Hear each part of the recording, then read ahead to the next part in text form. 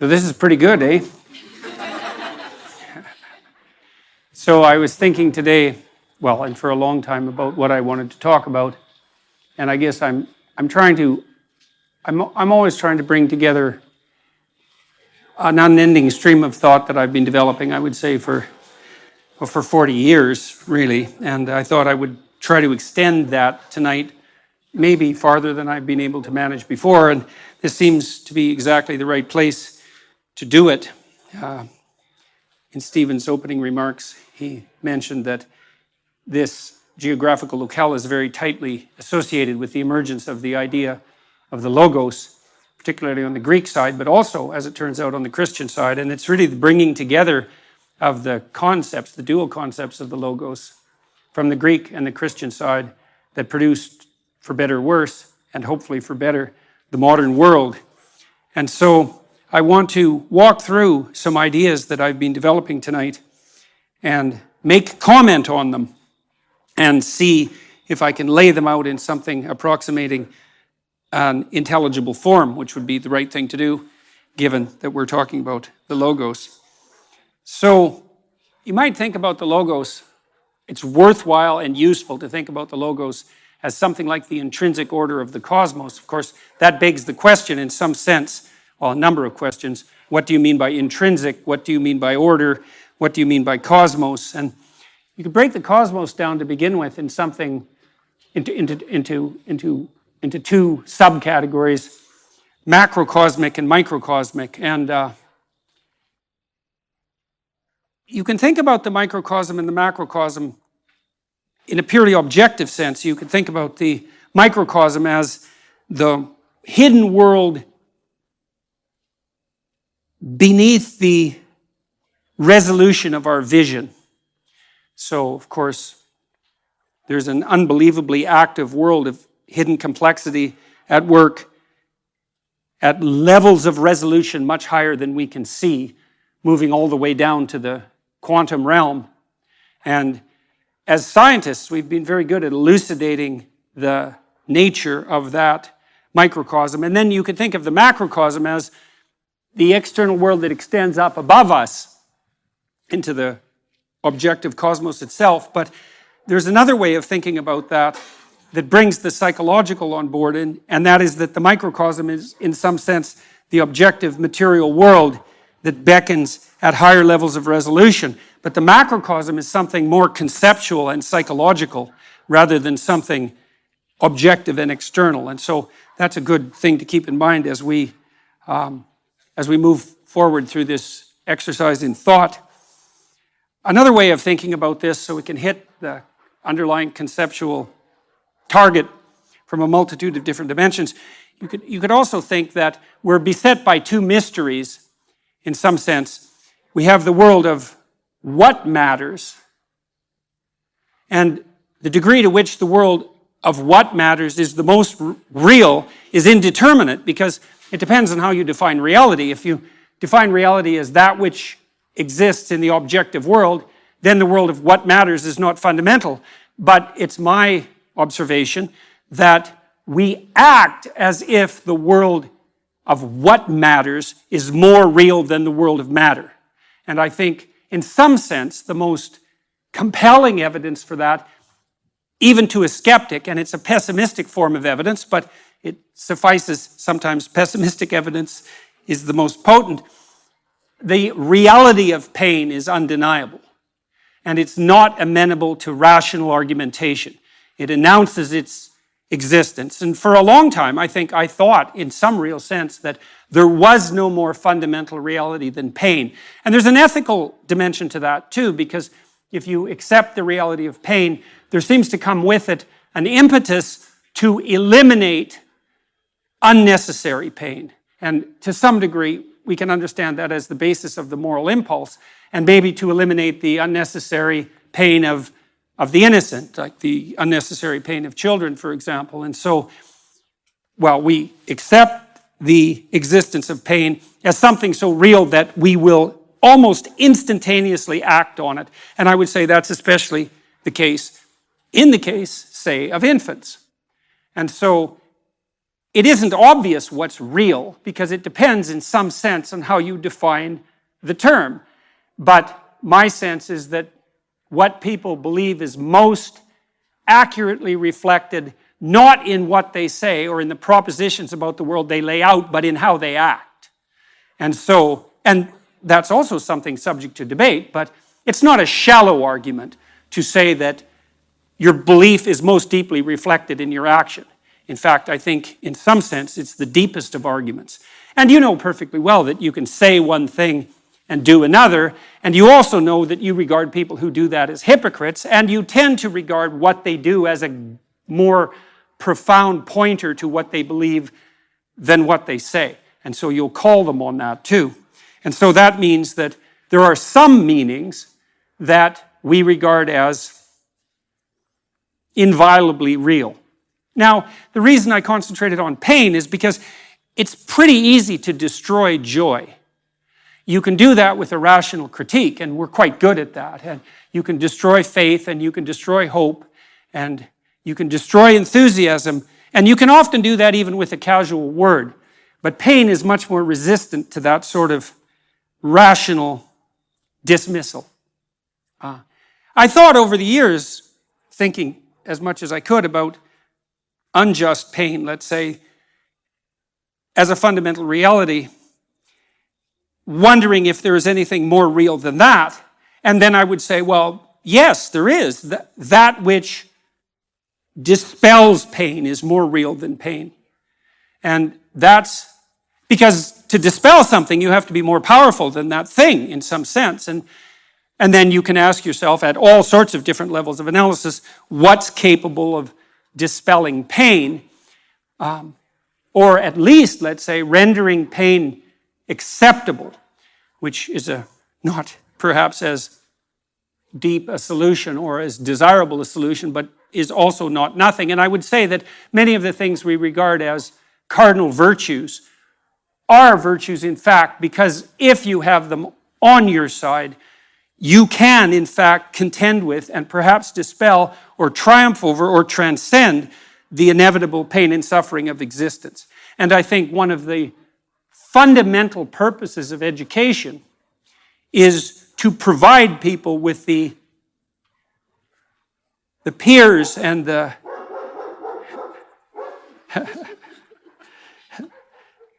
and the allies, to use a word that's been contaminated so terribly, that enable them to stand up nobly in the face of tragedy and still move forward with what is good in mind. And that's a very different purpose than inculcating in people a thoroughly detailed description of the patterns of the objective world. And I'm not saying for a moment that there's nothing useful about the latter, but the former is people starve and thirst in desperation without the former. And those are realities.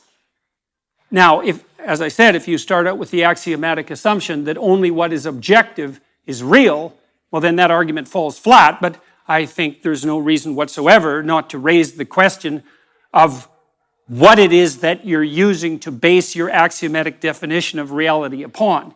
And I think that noting what people do is a very good pointer to the real.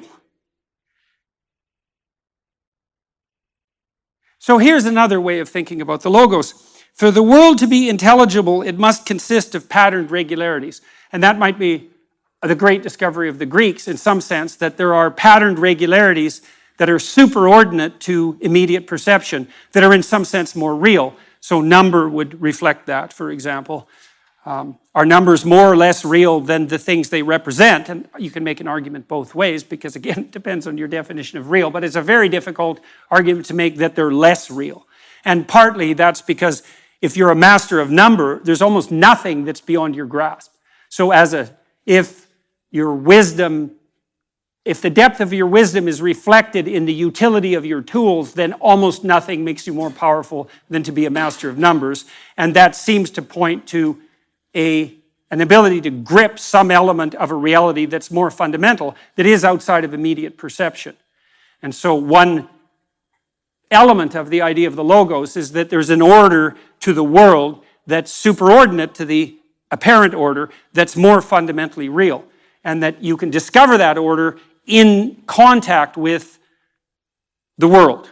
And that's the microcosmic world in some sense, rather than the psychological world. And so that seems useful.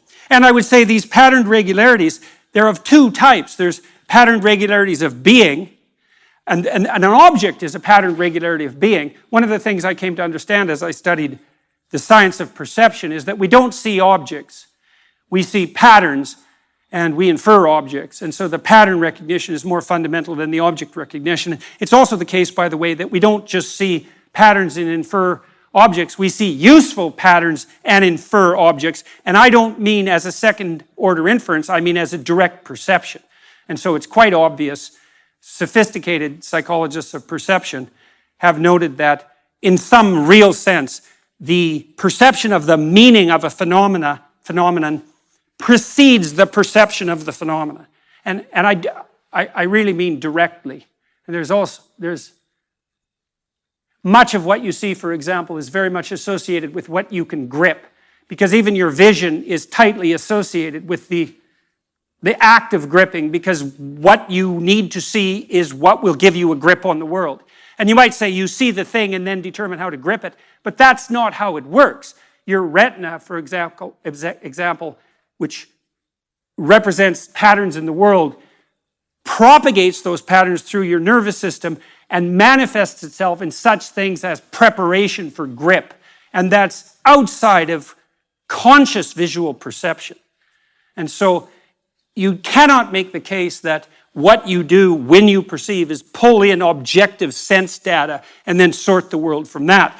The neurological investigations have rendered that presumption invalid. Not only that, there's another problem. Well, let's refer to, we'll do this in two parts. For the world to be intelligible, it must consist of patterned regularities, and they're regularities of being and becoming. Another issue is when you encounter the world, do you see what's there?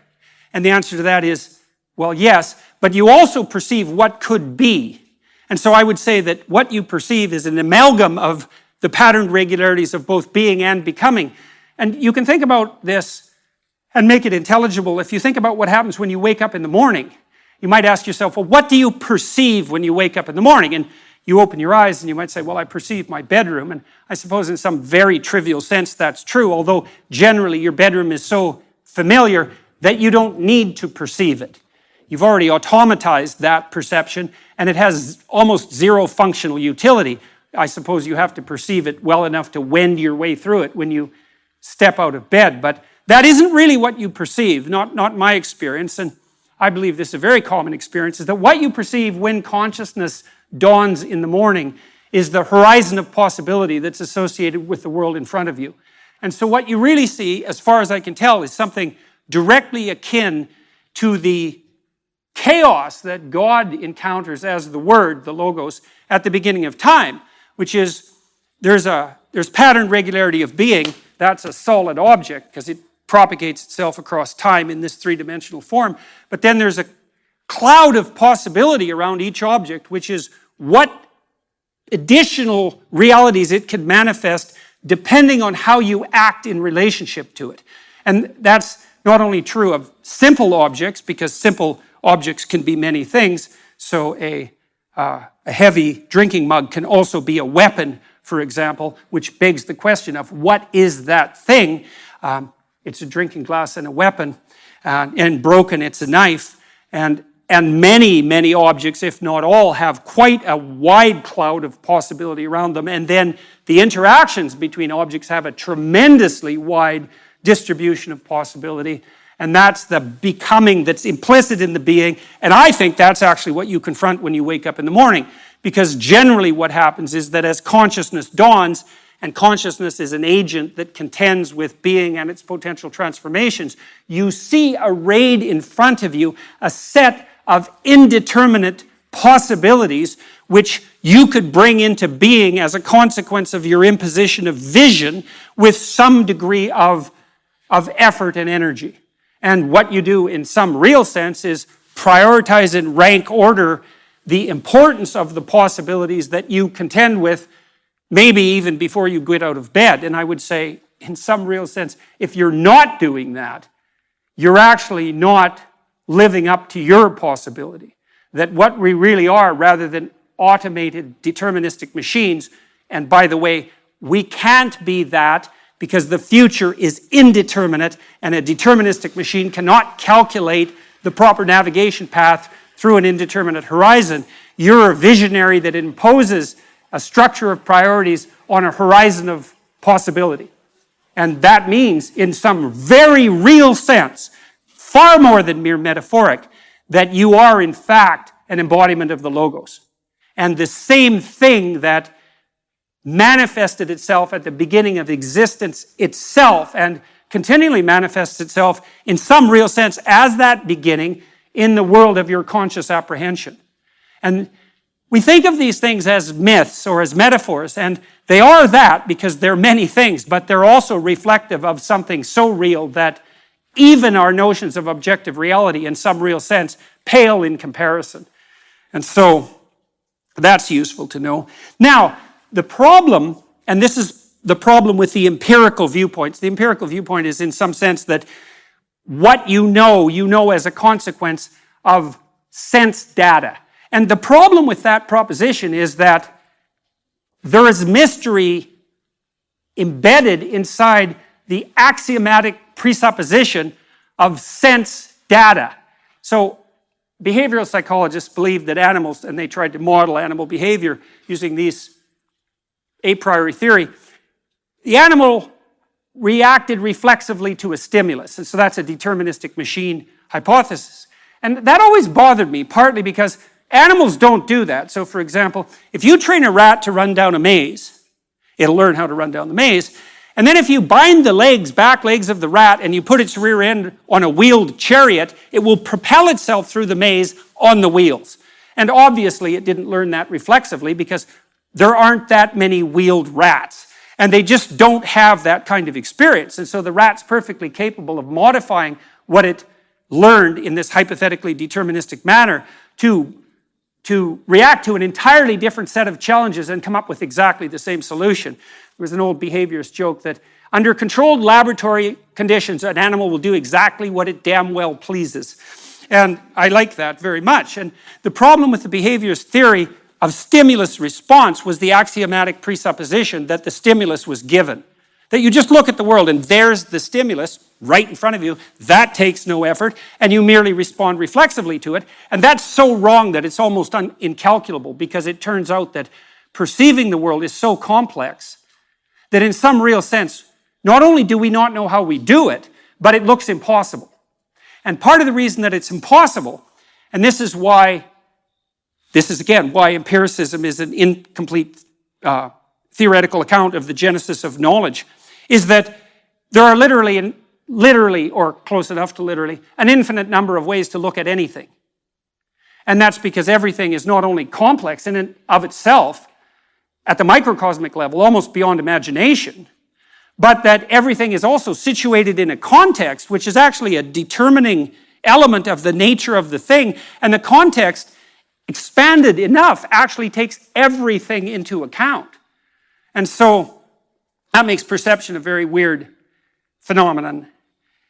For another reason, I was always amused, for example, when I traveled with my family when I was young, on our summer vacations, we used to do things like get out and look at the border between Canada and the United States.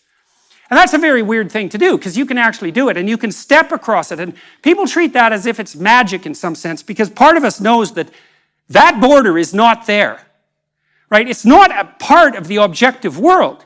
And yet it is, because there you are standing beside it. And then if you look at aerial views, you can see the farmers' fields end exactly where the border is. And so things like borders between countries inhabit this weird space between the objective and the subjective that's a magic space. And it actually turns out that almost everything we perceive has that degree of magicality about it. I've thought also about such things as people's proclivity to go to museums, maybe in Nashville, for example, or Memphis, to go look at Elvis Presley's guitar.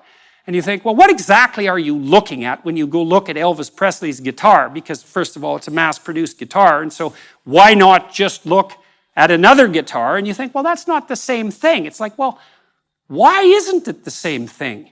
Because it's not. And the reason is that the guitar is not merely something, and this is the thing you perceive, it's not merely something made up of the guitar atoms, let's say, and the guitar molecules. It's also an artifact that was embedded in a context across a period of time. And that embeddedness of that artifact is part of what you perceive when you see an artifact like a celebrity, something a celebrity owned, or the relic of a saint, let's say. And you can say, well, that's all an overlay on top of perception, and that would be fine, except that's wrong. There's no data, so to speak, that support that viewpoint. That's not how perception works. Perception is unbelievably complicated. So we see regularities of being, and some of those, impediments and affordances is the technical term, we tend to perceive as objects, but we also see the possibilities of being. But the problem with that is that the world of objects, potentially relevant objects, and the world of possibility is vast beyond our comprehension. And so then we have another problem that emerges as a consequence of that, which is a key and signal problem, and the fact that it has been solved precipitously and carelessly, hastily, is actually the reason for the culture war that's raging today. And that is that we have to prioritize our perceptions. We have to prioritize our perceptions to get access to the sense data that hypothetically informs us. We have to see the world through a system of value. And why would I say a system of value? Well, a system of value is a system of priorities, right? Because to value something is to make it more important than other things that it's being compared to. And why do you need a hierarchy of perceptual priority in order to see? And the answer is, well, you can't see everything at once. And so you can only see one thing at a time. And which thing? And the answer is the thing you think is most important to see at that moment. And then the question is, well, and this is the question, why is that the most important thing to see at the moment? So imagine, this is true in the auditory domain, in the tactile domain, all sensory domains. And you think that perception is a passive action and that we act upon the consequences of our perception, and this is just not true at all. There's no level of the analysis of perception neurophysiologically where you can separate action from perception. So for example, when you're looking at the world, although you don't know this, your eyes are moving back and forth very, very quickly. They have to move. If they stop moving for more than 1/10 of a second, you go blind because you saturate the neurons that you're using to perceive so intensely with the repetitive stimulation that they just shut down. And so at a micro level, your eyes are vibrating like mad, and then there are saccades above that are still unconscious, that are less rapid and wider. And then voluntarily, you have voluntary eye fields in the frontal cortex. You move your eyes voluntarily to point to what you want to see, and you do that because the center part of your vision is exceptionally high resolution. Each center vision foveal neuron is connected directly to 10,000 neurons in the primary visual cortex, and then each of those 10,000 is connected to another 10,000. It's very expensive neurophysiological real estate, and if all of your vision was as intensely high resolution as your fovea, which is a very small part of your retina, you'd have to have a brain like an alien, because half your brain at any given moment, especially for human beings, is actually taken up with the problem of resolving the world into conscious vision. And that's all motorically dependent. And so, in some sense, real sense, seeing is very much akin to feeling out. If you're investigating the structure of something like this column, if you close your eyes, you can build a visual image of the column. Blind people, by the way, many of them can draw, just so you know, even if they've been blind from birth, because they generate visual representations of the world. They just don't have light and color. But they still have the sense of the three-dimensional structure of the world. They know what the shape of objects are. They know they can see their loved ones' faces by using their hands as eyes. And we use our eyes as hands as well because we feel out the world with our hands or with our eyes. So don't be thinking that it's passive perception and then an overlay of prioritization and action. The problem of prioritization goes all the way down to the micro level with regards to perception.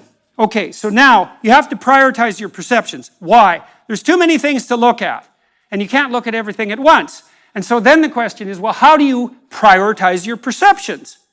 And the answer is, well, you make one thing at every moment that actually allows you to act, even to move your eyes, even in a restaurant to focus in on the conversation that your first date is having with you, as opposed to all the other conversations that are going on around you. That's all dependent on motor action in the auditory perception system.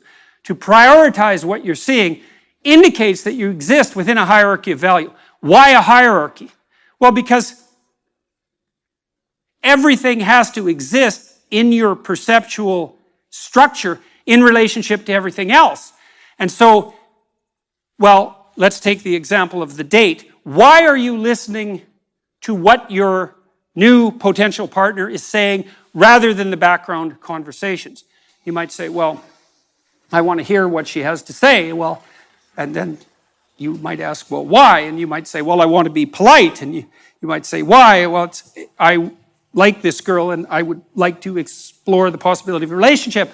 Why? Well, because I believe that having a relationship with someone is valuable, and that's a subset of the notion that having relationships is valuable, and that's a subset of the notion, perhaps, of having stable, long-term, loving, monogamous relationships are the highest form of relationship, and that's a subset of the notion that, well, as you progress through life, one of the things you do is find a partner and establish a family and perhaps have children and contribute to the community in that way, and that's part of being a good citizen, let's say, and that's part of being a good person. And then there's an outside nesting of that too, because one question might be, well, what do you mean to be a good person? And of course, that's the problem of the logos.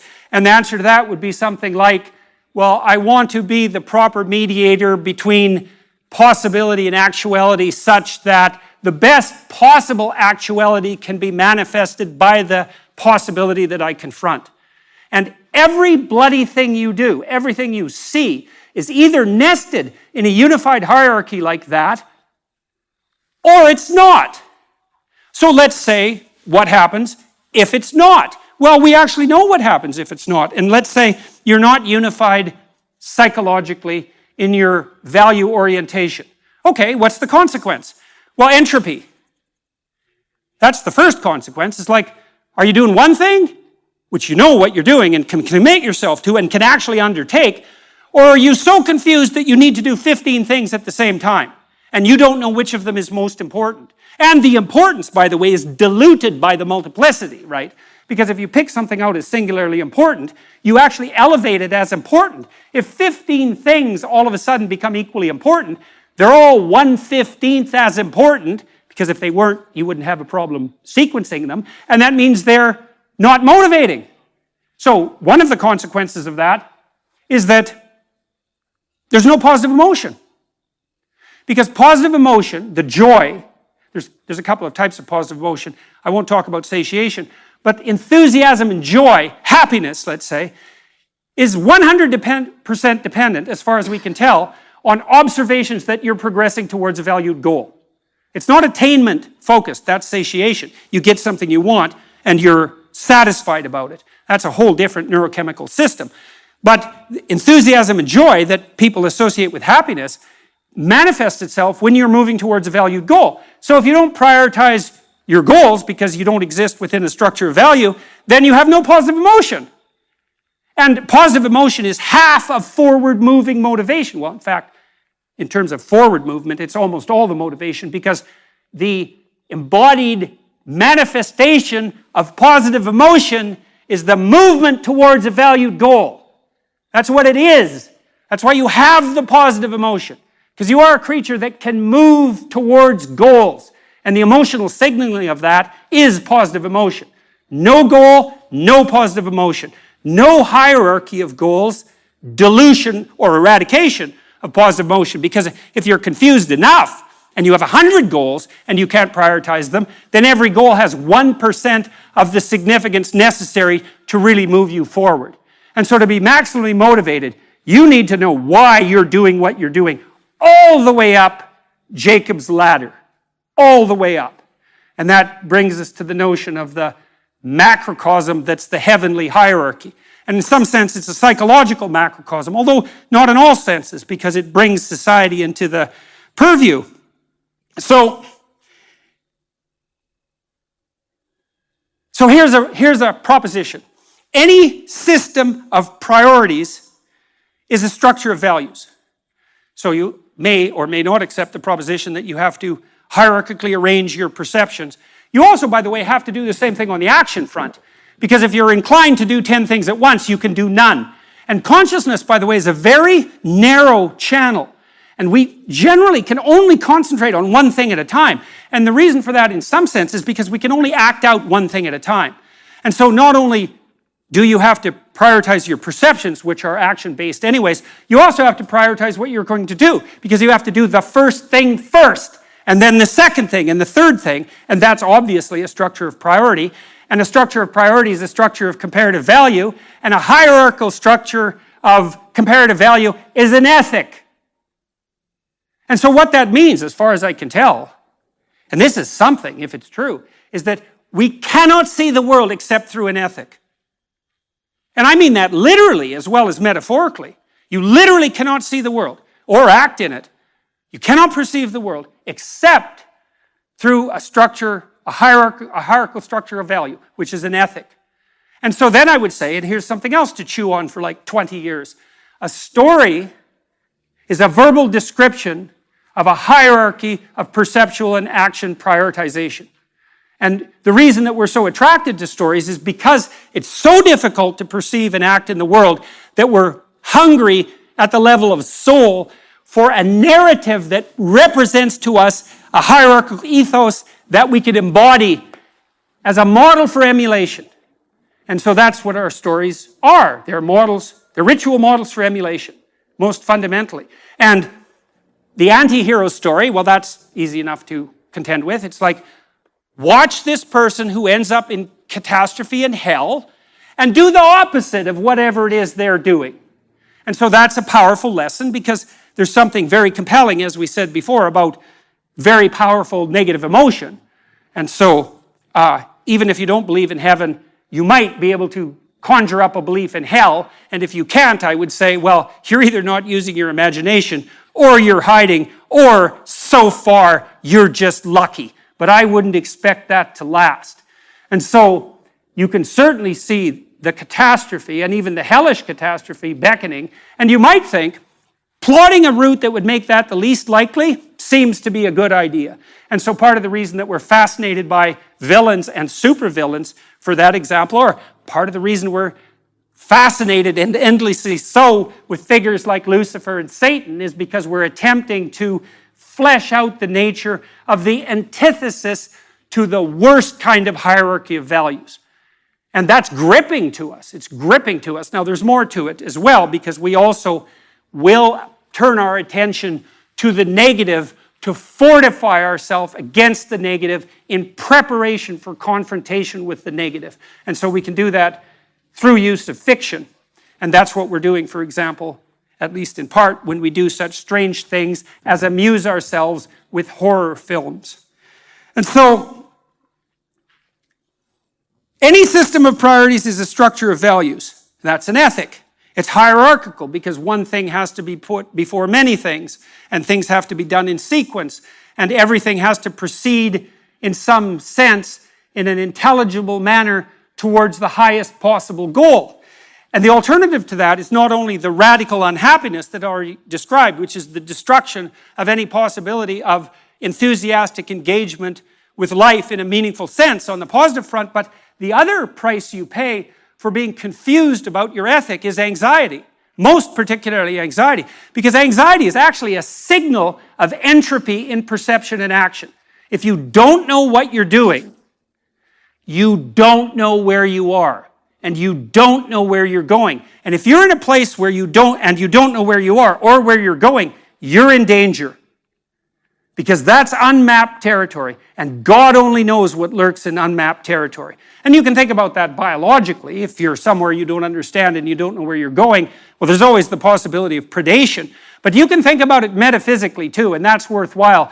If you're so confused and disoriented that you don't know where you are or where you're going, there are predators of the spirit who are much worse than snakes that are waiting in wait for you. And the probability that you'll move from aimless, hopeless, joyless anxiety to nihilism, corrosive bitterness, and genocidal fantasy in the fundamental extreme is very high.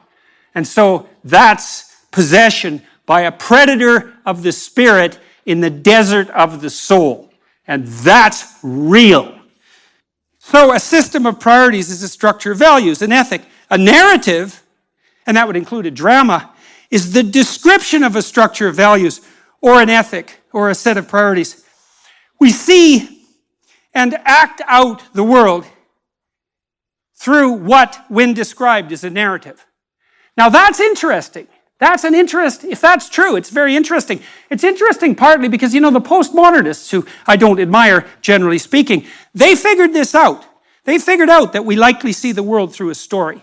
And that might even be true for scientists, is that a scientist, and Carl Jung believed this too, by the way, is that science takes place within a surrounding narrative. Now, what the postmodernists did, the French postmodernists in particular, and then the Americans through Yale most particularly, they leapt from problem, which was how do we perceive, solution, we see the world through a narrative, to narrow solution, which is that we prioritize our perceptions and our actions by imposing a narrative of power and dominance. And they swiped that from the Marxists. And that is simply not true. There is no evidence for that.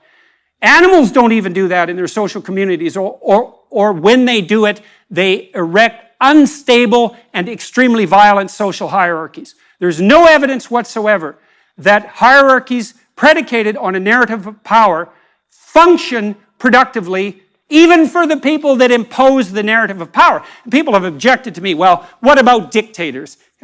Stalin. It's like, here's something to think about. Imagine you set up something like hell around you. Now, we could think about the Soviet Union in that regard. And you're a minion in hell. You're not Stalin. Are you more successful or less successful if you're Stalin? I would say being the biggest devil in the worst hell is actually the most cataclysmic failure, not a mark of the success of your ethos of power and dominance.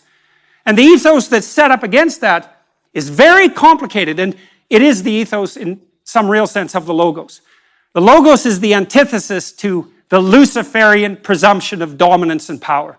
And it's harder to formulate, which is why we've been wrestling with it and are doing that tonight as well in this place where it's been wrestled with forever. It's harder to formulate. It's not unidimensional. It's the union of multiple virtues. And so it's a tricky thing to grip. And it's so tricky that we don't have it fully articulated. And we've approached it, I would say, through narrative. And one of the things I've come to realize about the biblical narrative, and this is what I'm writing my next book about, which is called We Who Wrestle with God. And I suppose this lecture is a preview of the ideas in that book.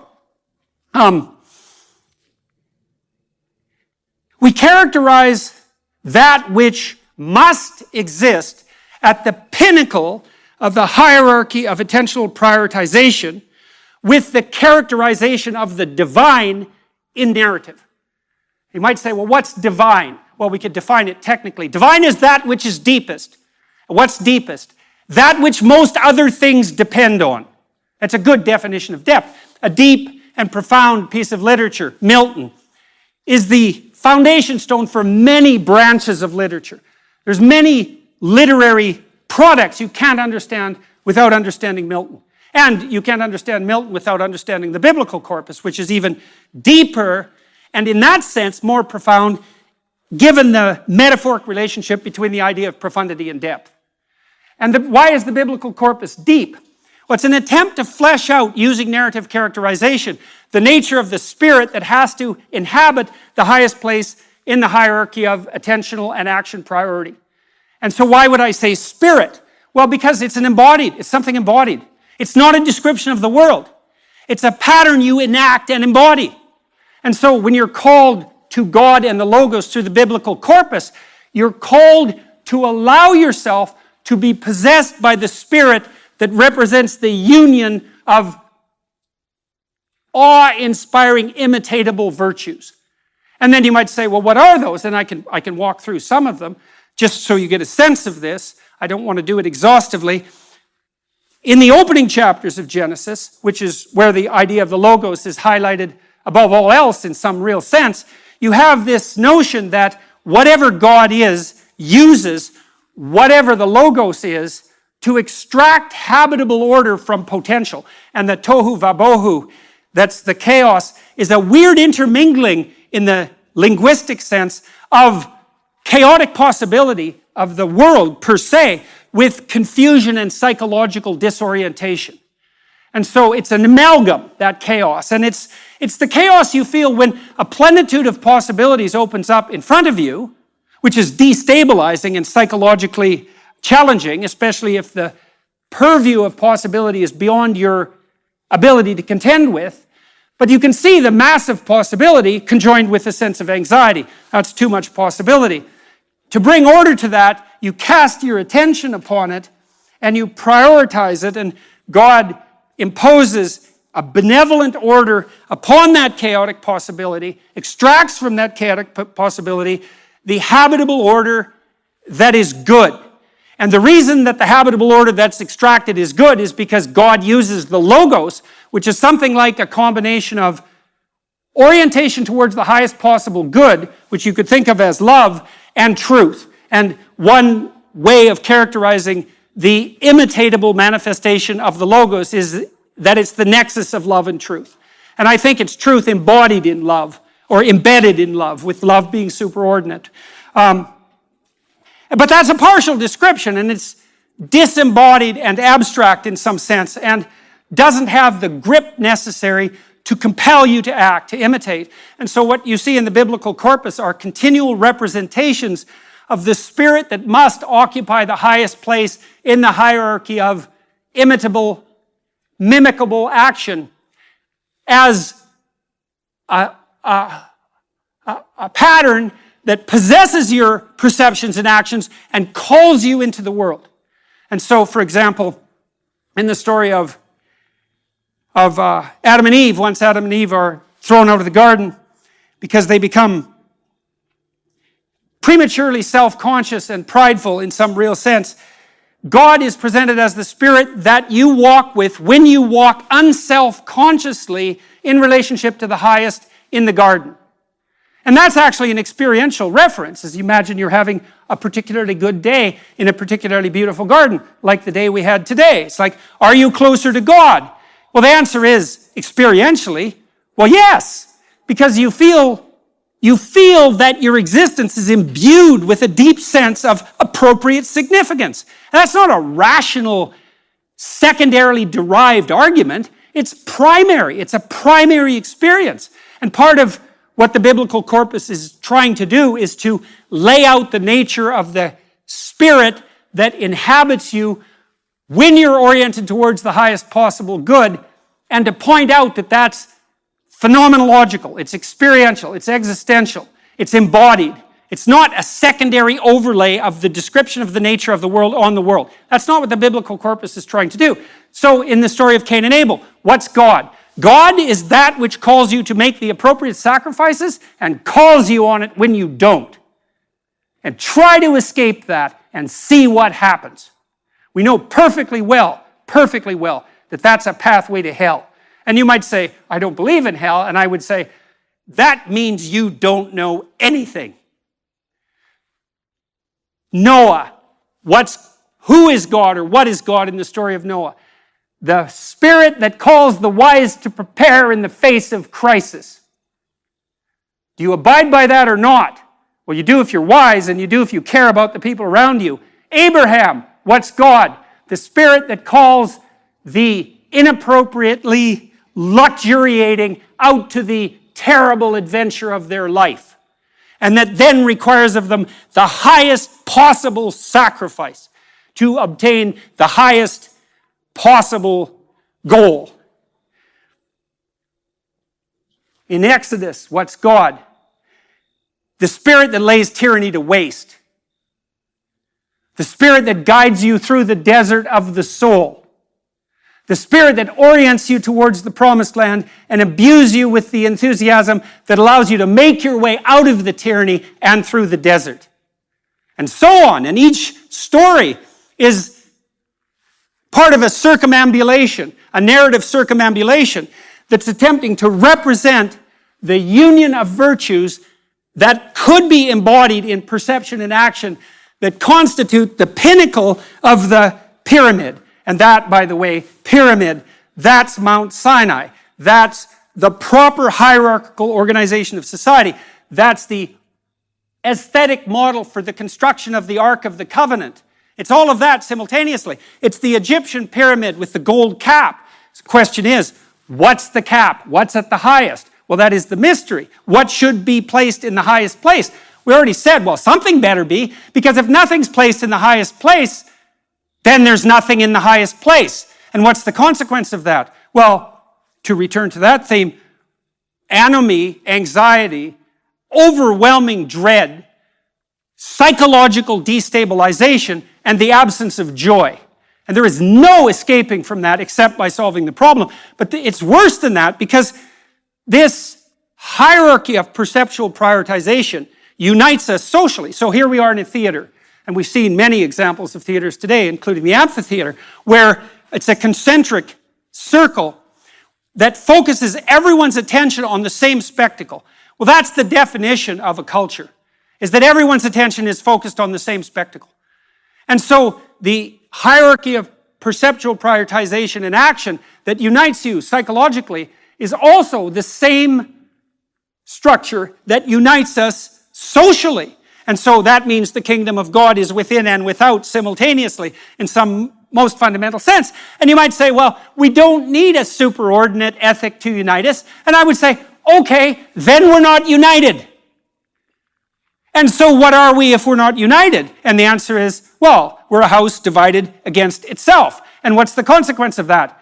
Everyone, that's the Hobbesian nightmare, right? That's not the noble savage. That's the Hobbesian nightmare. It's like, you and I, we cannot play together. We cannot focus our attention on the same point and cooperate and compete amicably, peacefully, productively, and generously towards that point.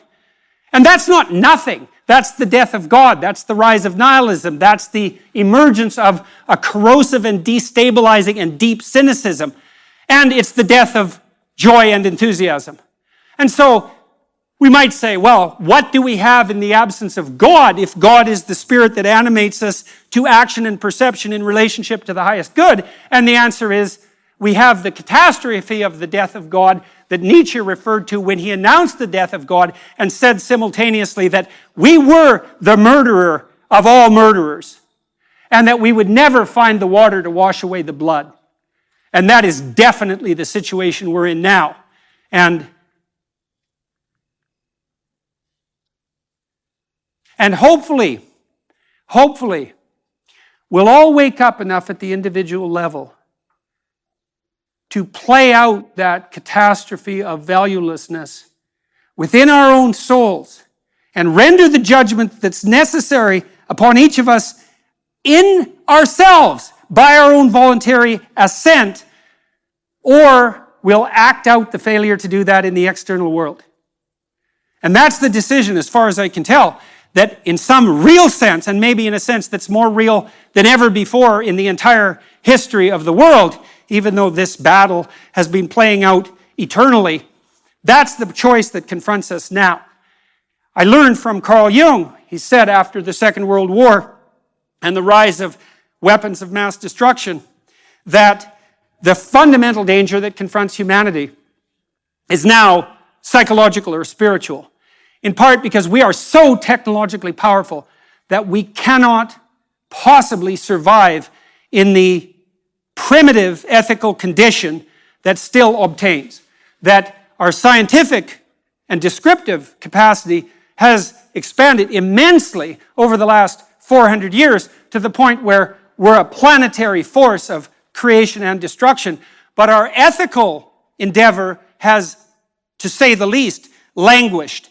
And you might observe that children given dangerous tools die. And so we have these dangerous tools, and that means, as far as I can tell, that we better become the people that can wield them with wisdom. And that's going to mean, like it's always meant, a return to the source, right? A willingness to rescue the dead father from the belly of the beast, right? A willingness to make conscious the nature of our hierarchy of perceptual priority, let's say, and to understand that that's a reality that might be superordinate to what we normally and have been taught to view as reality itself. And that the biblical notion that in some sense the Word is the precursor to being itself actually turns out to be true. And it's a terrifying idea because it means in some real sense, and I also believe this to be the case, and I think it's also reflective of the deep notion of the Logos, what that means is that in some cosmic sense, it's on you. And you know, we have this notion that human beings, men and women alike, are formulated in the image of God, in the image of the Logos. And we believe that. And what do I mean by that? Well, it's an axiom of our laws. It's an axiom of our constitutional system, certainly in a country like Britain or America, any of the Western democracies, and to a large degree, any country that can function at all. There's the presumption that each person is a locus of divine value. And you think, well, do you want to live in a society that assumes that? Or do you want to live in a society that doesn't? And then you might also ask, do you want to have friends that assume that of you? Or do you want to have friends that don't? And the same thing might apply to the people that you love in your actions towards them. How are you treating them if you treat them properly? And I can't see, even speaking merely psychologically, that you can love someone and not treat them in some most fundamental sense like they're a divine locus of value. I think those are the same thing. And you can quibble about the linguistic representation necessary to derive that conclusion, but have it your way. You're going to act out your decisions one way or another. You're going to learn in the world just exactly what attitude you should bring to bear if you want to elevate those around you and simultaneously do the same to yourself. And you will find that if you do that, to the degree you do that, you are treating each person as if they're a divine locus of value and responsibility. And that's a terrifying thing too, because I read something once, I don't remember who said it, that God is a circle whose center is everywhere and whose circumference is nowhere. And I read commentaries on that idea indirectly, obliquely.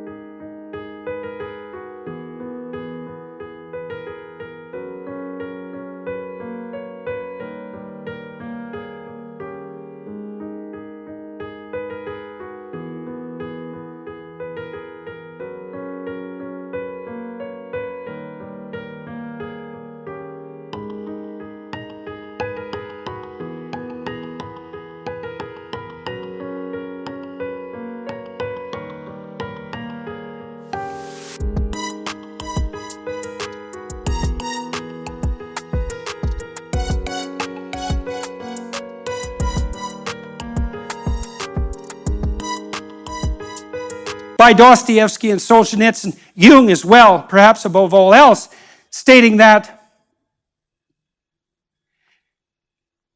we are each a center of the world. We each have a cosmic role to play. And you can think about it this way, and this is a useful way to think about it.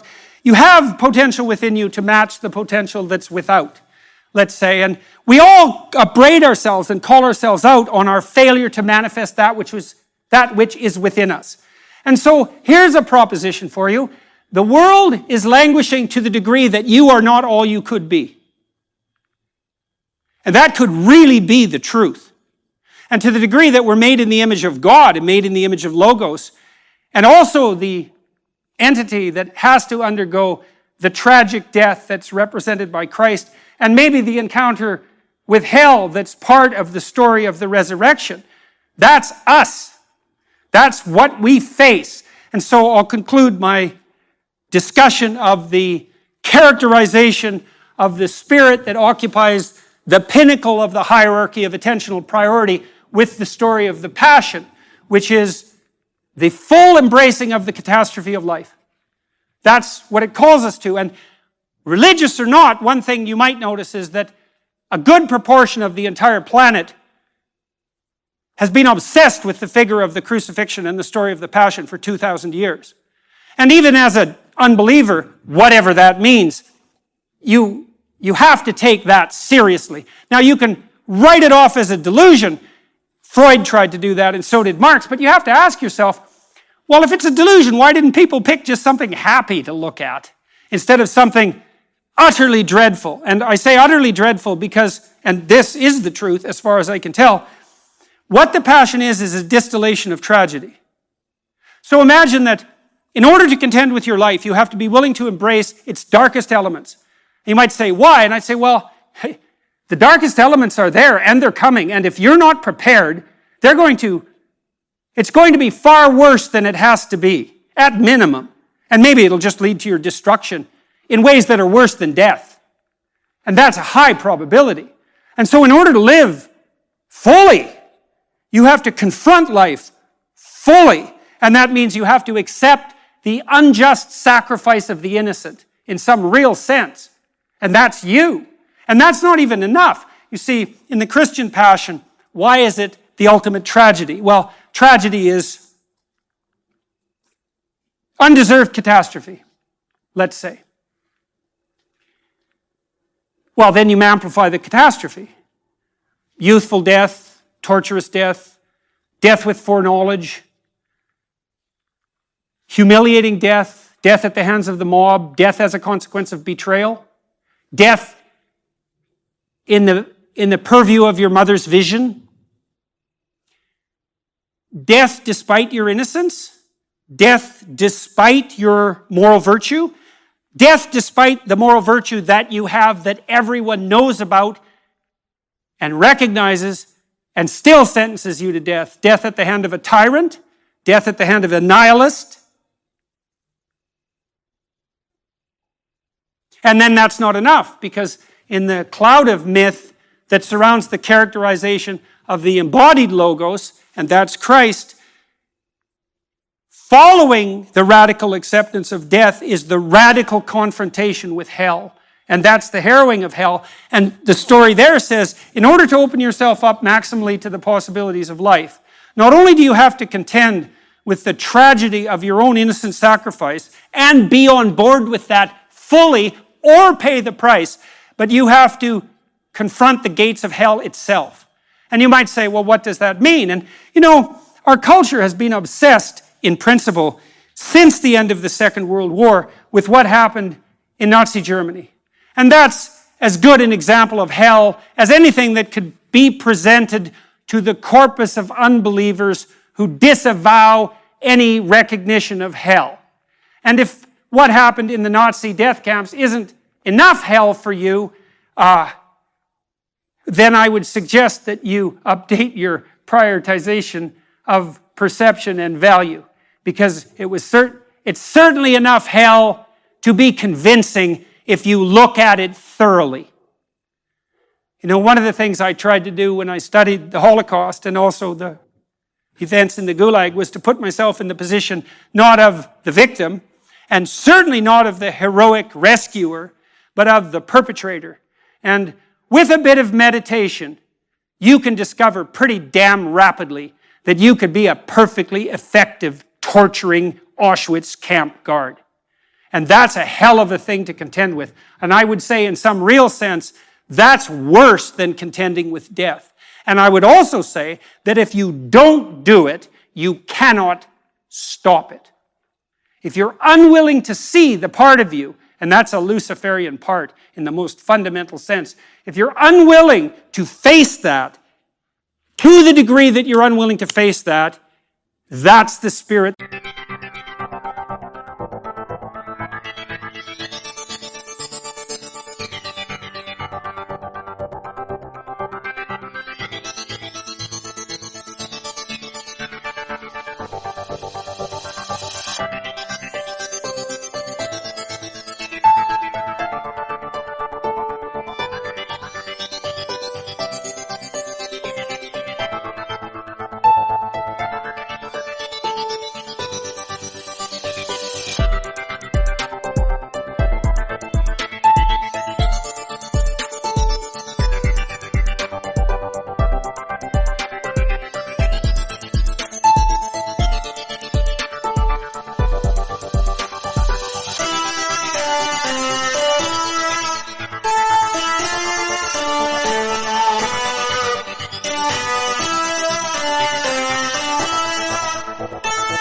that possesses you.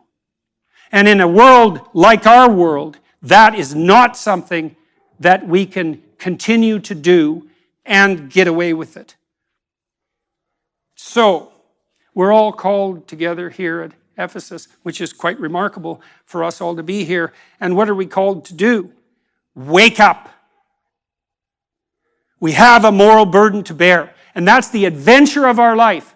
That's the other thing so interesting about the Abrahamic story, is that God calls Abraham out of his luxurious slumber and sends him into a catastrophe. Tyranny, starvation, war, brutal. But he has the adventure of his life. You might say, well, it's the adventure of your life that justifies the catastrophe of your life. It's not some simple-minded, juvenile hedonism or desire for comfort. That's not what we're built for. We're built for the adventure of our lives. And where do you find that? You find that in orienting yourself to the highest possible good in all ways and speaking the truth forthrightly along that pathway. Thank you very much.